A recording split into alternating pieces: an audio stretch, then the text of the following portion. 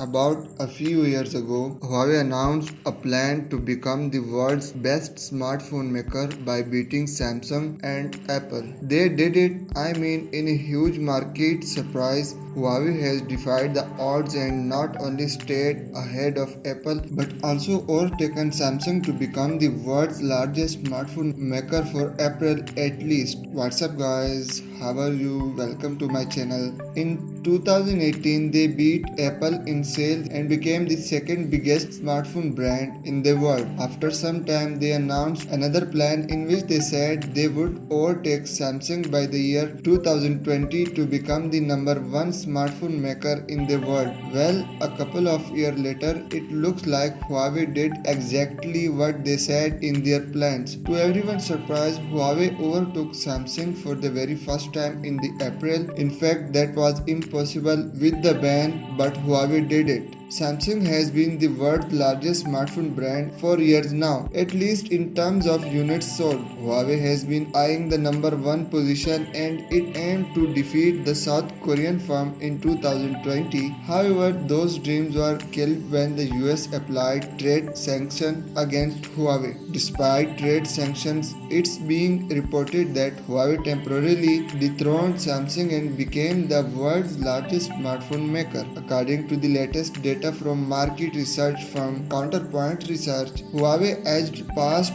Samsung in April 2020 to grab a 19% market share of the global smartphone market. Huawei's market share rose due to its efforts to increase the market share in China after the US trade ban. Samsung's market share in the same month dipped to around 17% due to coronavirus lockdowns in its key markets such as India, Latin America, parts of Europe, and the US. This also affected the sales of the Galaxy S20 series. While improved market share in a welcome change for Huawei, the company is still expecting a 20% drop in sales in 2020 due to the US trade ban and the lack of Google mobile services on its phones. Although the company has developed its own app store and ecosystem, not many people outside of China would prefer phones that lack the Google Play Store and other Google services such as Gmail, Google Drive, Google Maps, and YouTube. Moreover, the US has also cut off Huawei from TSMC's chip